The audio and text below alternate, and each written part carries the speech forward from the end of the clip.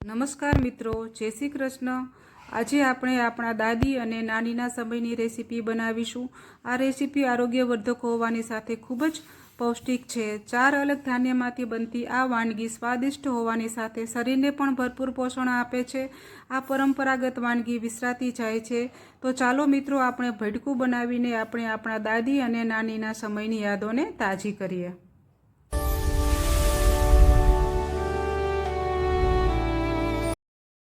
ભડકું બનાવવા માટે મેં 4 ધાન્ય લીધા છે। 1 વાટકી જાર, 1 વાટકી બાજરો, 1 વાટકી મગની દાળ। મગની દાળની જગ્યાએ તમે મગ પણ લઈ શકો છો। અને 1 વાટકી મેં કણકી ચોખા લીધા છે। કણકી ચોખાની જગ્યાએ તમારા ઘરમાં જે પણ ચોખા અવેલેબલ હોય તે તમે લઈ શકો છો। ધાન્યની સાથે મેં થોડાક વેજીટેબલ પણ લીધા છે। તેમાં 1 વાટકી કાકડી, 1 વાટકી ગાજર, 1 વાટકી મકાઈના દાણા, 1 વાટકી ટમાટર, 1 વાટકી દૂધી અને 1 વાટકી કોબીજ તથા 1 વાટકી ડુંગળી લીધી છે। બધા શાકભાજીનું માપ મેં સરખું રાખ્યું છે। તમે તમારી પસંદગી પ્રમાણે તમારા ઘરમાં જે પણ શાકભાજી અવેલેબલ હોય તે લઈ શકો છો। એક પેન ગરમ કરીને તેમાં મગની દાળ અને ચોખાને સાથે શેકી લેશું। બધા ધાન્યને શેકવાનો સમય અલગ અલગ હોય છે। મગની દાળ અને ચોખા સાથે શેકાઈ જાય તેવા છે। ગેસની ફ્લેમ ધીમી રાખીને આછા બદામી રંગના થાય અને ખુશ્બુ આવે ત્યાં સુધી શેકી લેવાના છે। આ રીતે ધાન્યને શેકીને તેનું પ્રીમિક્સ તૈયાર કરવાથી તેમાં લાંબા સમય સુધી બાચકા વળતા નથી, ઝડપથી પીસાઈ જાય છે અને ઝડપથી ચડી પણ જાય છે। આપણી મગની દાળ અને ચોખા સરસ રીતે શેકાઈ ગયા છે। હવે તેને એક પ્લેટમાં કાઢીને ઠંડા થવા દેશું। હવે એ જ પેનમાં બાજરો અને જુવારને સાથે શેકી લેશું। આ બંને ધાન્ય થોડા કઠણ અને ડ્રાય હોય છે। પહેલાં ધાન્ય કરતાં આ બંને ધાન્યને શેકાવવામાં થોડો સમય લાગે છે, એટલા માટે આ બંને ધાન્યને આપણે સાથે શેકી લઈશું। ફરીથી ધીમા તાપે સતત હલાવતા રહી જેથી બધું સરખી રીતે શેકાઈ જાય અને સુગંધ આવે અને ગોલ્ડન બ્રાઉન રંગના થાય ત્યાં સુધી આપણે શેકી લેશું। જુવાર અને બાજરો સરસ રીતે શેકાઈ ગયા છે, કલર પણ બદલાઈ ગયો છે। હવે ગેસની ફ્લેમને બંધ કરીને આ ધાન્યને પણ પહેલાં ધાન્યની સાથે કાઢી લેશું। આ બધા ધાન્યને થોડીવાર માટે ઠંડા થવા દેશું। હવે બધા ધાન્યને મોટા મિક્સી જારમાં કાઢીને તેને દરદરા પીસી લેવાના છે। ઝીણો એવો પાવડર બનાવવાનો નથી, કણીદાર જ રાખવાનો છે જેથી વાનગીમાં ખૂબ સરસ ટેસ્ટ આવશે। હવે આ બધા ધાન્યને આપણે પીસી લેશું। સરસ દરદરું પીસાઈ ગયું છે।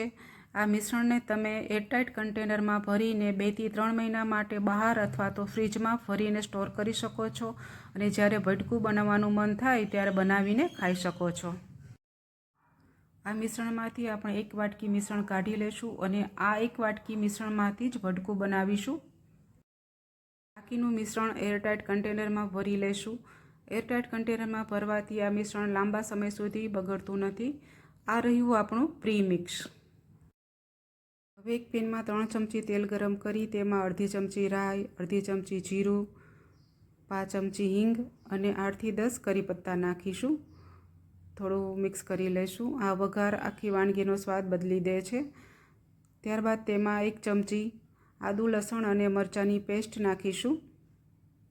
આ પેસ્ટને પણ હળવી એવી સાતળી લેવાની છે। લસણમાં રહેલો કચાશ દૂર થાય ત્યાં સુધી સાતળવાની છે, એટલે આપણે અડધી મિનિટ સુધી સાતળી લેશું। હવે તેમાં બારીક સમારેલી ડુંગળી નાખીશું। ડુંગળીને પણ બદામી રંગની થાય અને તેમાં રહેલું કચાશપણું દૂર થાય ત્યાં સુધી સાતળી લેવાની છે।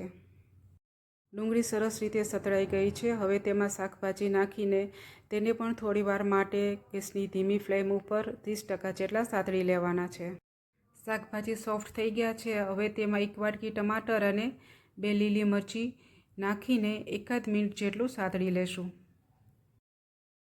ટમાટર પણ બધા શાકભાજી સાથે સરસ સોફ્ટ થઈ ગયું છે। હવે તેમાં 1 ગ્લાસ પાણી નાખીશું અને ઢાંકણ ઢાંકીને 2 મિનિટ માટે કૂક થવા દેશું। ઢાંકણ ખોલીને ચેક કરી લેશું। બધા શાકભાજી 50% જેટલા સતળાઈ ગયા છે। તેને થોડું હલાવી લેશું અને હવે તેમાં 1 ગ્લાસ ખાટી છાશ ઉમેરીશું। હવે છાશમાં એક ઉભરો આવે ત્યાં સુધી સતત હલાવતા રહેવાનું છે। આપણા દાદી અને નાની એના સમયમાં માત્ર ખાટી છાશમાં જ ભડકું બનાવતા। અત્યારે વેઇટ લોસ અને ડાયાબિટીસ માટે 50% જેટલા શાકભાજી અને 50% અનાજ એ બંને મિક્સ કરીને ફૂડ કોન્સેપ્ટ ચાલી રહ્યું છે એની માટે આ ભટકું ખૂબ જ ઉપયોગી છે. છાશ સરસ ઉકળી ગઈ છે. હવે તેમાં સ્વાદ અનુસાર મીઠું નાખીશું અને જે 1 વાટકી ભટકું અલગ કાઢ્યું હતું તે નાખી દઈશું. ભટકું નાખીને હળવા હાથે હલાવી લેવાનું છે. ભટકામાં જે ગઠ્ઠા ન પડે તેનું ખાસ ધ્યાન રાખવાનું છે. આ રીતે બધું હળવા હાથે હલાવીને સરસ રીતે મિક્સ કરી દેવાનું છે. હવે તેમાં 2 ગ્લાસ પાણી નાખીશું. પાણી નાખીને ઢાંકણ ઢાંકીને 12 મિનિટ માટે કૂક થવા દઈશું અને વચ્ચે વચ્ચે હલાવતા રહીશું. 5 મિનિટ જેવું થઈ ગયું છે. ઢાંકણ ખોલીને એકવાર હલાવી લેશું. આ રીતે વચ્ચે વચ્ચે હલાવતા રહીશું કારણ કે ધાન્ય છે એટલે તળિયે ચોંટી જવાની શક્યતા રહે છે. ફરીથી ઢાંકણ ઢાંકીને 6-7 મિનિટ જેટલું કૂક થવા દઈશું. 12 મિનિટ જેવું થઈ ગયું છે. હવે આપણે ઢાંકણ ખોલીને જ હલાવી લેશું. જો મિત્રો, પાણી પણ શોષાઈ ગયું છે, નીચે જરા પણ ચોંટ્યું નથી. આ ભટકું વેજીટેબલ સાથે ચડીને સરસ તૈયાર થઈ ગયું છે. આ ભટકું જેટલું આરોગ્યવર્ધક છે એટલું પૌષ્ટિક અને ટેસ્ટી પણ છે. તમે જરૂર એકવાર ટ્રાય કરજો. હવે આપણે ઉપરથી થોડા ફ્રેશ ધાણા નાખી દઈશું અને થોડું હલાવી લેશું. આપણા દાદી અને નાનીના સમયનું આ ભટકું એકદમ તૈયાર છે. હવે આપણે તેને સર્વ કરી લેશું. મિત્રો, આ પરંપરાગત અને સ્વાદિષ્ટ વાનગી તમારા ઘરે એકવાર જરૂર બનાવજો. એકવાર બનાવશો તો તેનો સ્વાદ તમને ચોક્કસ ગમી જશે. જો મિત્રો તમને મારી રેસીપી ગમી હોય તો મારી ચેનલને લાઇક, શેર અને સબસ્ક્રાઈબ જરૂર કરજો. ફરી મળીશું એક નવી રેસીપી સાથે. Thanks for watching.